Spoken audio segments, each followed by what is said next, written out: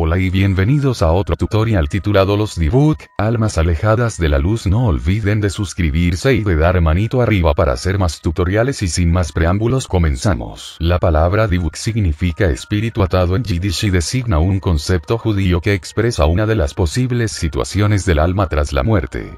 Concretamente un Dibuc es el alma en la que predomina el mal sobre el bien o simplemente es espiritualmente poco evolucionada de alguien que, tras morir, no ha podido continuar con el ciclo natural de encarnaciones necesarias para llegar a cumplir el fin espiritual individual que Dios le ha dado y, en consecuencia, se ha quedado en el mundo y busca poseer el cuerpo de alguien que, por su naturaleza y situación de vida, resulte propicio para cumplir aquellos fines y deseos que no fueron satisfechos mientras el Dibuc vivía. Sea cual sea el caso, todo Dibuc ha sufrido el caret, esto es, la situación de separación que, como consecuencia natural de las malas acciones efectuadas en vida, experimenta un alma con respecto a Dios.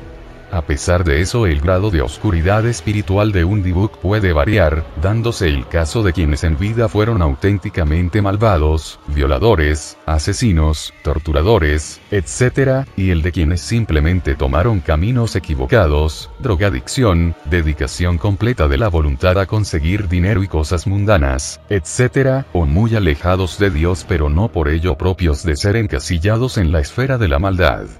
Por ello la finalidad principal que un Dibuc busca con la posesión puede variar siendo, por ejemplo, huir del castigo divino en un caso extremo o el acabar ciertos asuntos pendientes en el caso de un Dibuc que, por haber pecado menos, tiene menos que temer. Origen teológico del Dibuc. En el Talmud se habla de espíritus desencarnados y de exorcismo, pero sin embargo no se destaca el concepto de la transmigración, reencarnación, necesario para la concepción del Dibuc propiamente dicho. Y es que la idea del Dibuc aborda el judaísmo con la introducción de la creencia en la reencarnación, hecho este vinculado a la presencia de su raíz conceptual en fuentes griegas, indias, gnósticas, cristianas, del cristianismo primitivo, e islámicas, de la escuela Mu'tazili principalmente, fuentes todas ellas que en alguna u otra forma y medida no estuvieron del todo desvinculadas al misticismo judío que abrazó la teoría de la reencarnación otorgándole, desde luego, un fundamento teológico en el corpus de la revelación judía y de la teología desarrollada en torno a aquel. Puntualmente fue en el siglo VIII, dentro del misticismo desarrollado por ciertos eruditos de las comunidades judías de Europa, cuando y pese a la oposición de muchos teóricos la idea de la reencarnación realmente entró. Ejemplo de la fuerza que obtuvo la vemos en un libro tan clave como el Zohar, S13, en cuyo versículo 186b dice: siempre que una persona fracasa en su propósito en este mundo, Dios, bendito sea, la arranca de raíz y la vuelve a plantar una y otra vez, repetidamente. Ya en el siglo XII esta idea de la reencarnación pasó a formar parte establecida de la Cábala. Y después, en el siglo XVI, algunas escuelas y sobre todo la del Círculo de Safed, tomaron esta teoría en el marco de la cual el místico Isaac Luria, líder del Círculo de Safed, sentó las bases de la creencia judía en el Dibuc, concepto que, junto a los del Gilgul y el Ibur, sería clave para la comprensión teológica de las posibilidades situacionales del alma en su dinámica evolutiva orientada a la consecución del propósito divino. Finalmente los discípulos de Isaac Luria llevaron la idea un paso más allá con la teoría de la posesión efectuada por el Dibuc y, más adelante en lo que fueron los inicios del XX, el folclorista y erudito judío S. Ansky dio un salto a la popularidad del Dibuc cuando en 1916 publicó su obra Der Dibuc, inicialmente escrita en Yiddish pero posteriormente traducida a varios idiomas. Cuando un Dibuc intenta poseer a una persona, el Dibuc busca personas en las que se ha abierto cierta separación entre el cuerpo y el espíritu, y tiene una gran capacidad para detectar dichas personas, ya que es a través de esa separación que el Dibuc puede colarse y efectuar la posesión. Es por eso que el Dibuc generalmente prefiere tomar el cuerpo de una mujer, puesto que las mujeres son más propensas a sufrir problemas emocionales y enfermedades psicológicas en las cuales el cuerpo y el espíritu desarrollan una problemática que los desvincula en cierto grado. O al menos eso es lo que en general creen en el judaísmo, una cultura especialmente machista. Pero las razones de elección del Dibuc van más allá de eso.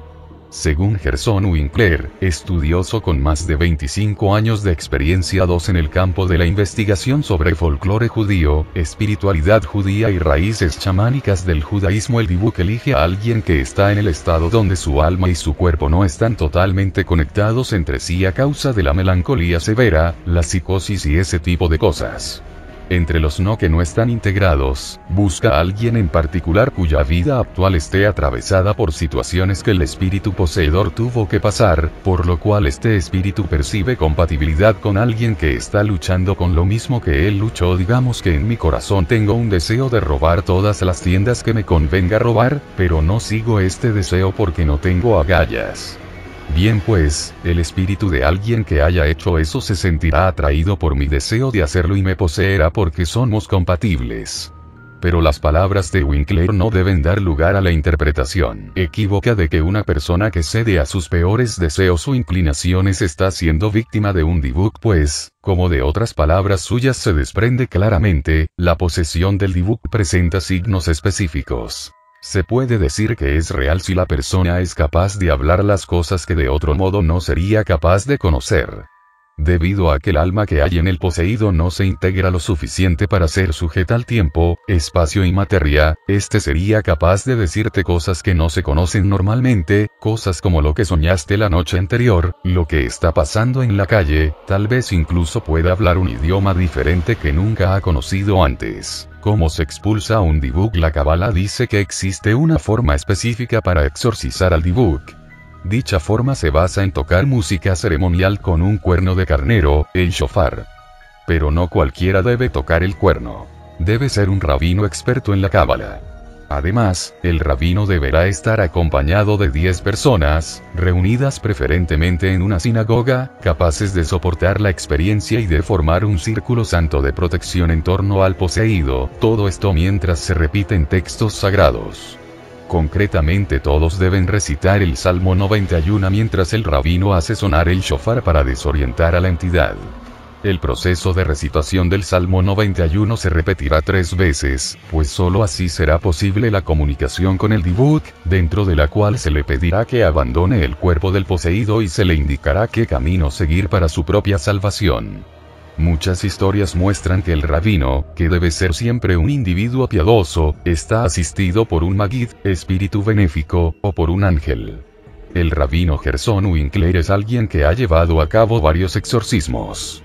Él contó lo siguiente: nosotros soplamos el cuerno de carnero de cierta forma, con ciertas notas, en vistas a romper el cuerpo, por así decirlo. Así el alma que está poseyendo será soltada. Después de que sea soltado, nosotros podemos empezar a comunicarnos con esta y preguntarle por qué está aquí. Podemos orar por dicha alma y hacer una ceremonia para permitir que se sienta segura y así terminar para que pueda dejar el cuerpo de la persona. No obstante, en ciertos casos el primer paso del proceso es la entrevista con el Dibuk, cosa que se realiza para determinar por qué el espíritu no ha cambiado, información esta que será clave para que el rabino convenza al Dibuk de salir. Otra cosa importante es descubrir el nombre del Dibuk, ya que según el folclore judío, es preciso conocer el nombre de una entidad para poder darle órdenes. También, al menos según muchas historias, la entrevista es importante pues son muchos los Dibuk que encuentran gran complacencia en saber que alguien se interesa por ellos y por los problemas que les han llevado a hacer lo que han hecho. Para el autor Howard Chajes existen diversas combinaciones de objetos y conjuros empleados para expulsar al Dibuk. Un gran ejemplo es el de la fórmula en la que el exorcista utiliza un frasco vacío y una vela blanca. En esa variante, el exorcista recita un conjuro para ordenar, si aún no se conoce el nombre, al Dibuk a decir su nombre, tras lo cual recita un segundo conjuro en el que se ordena al Dibuk que abandone el cuerpo de la persona y llene el frasco. Sorprendentemente, y cual si de un videojuego o historia fantástica se tratase, el frasco se iluminará de rojo si el Dibuk cumple la orden.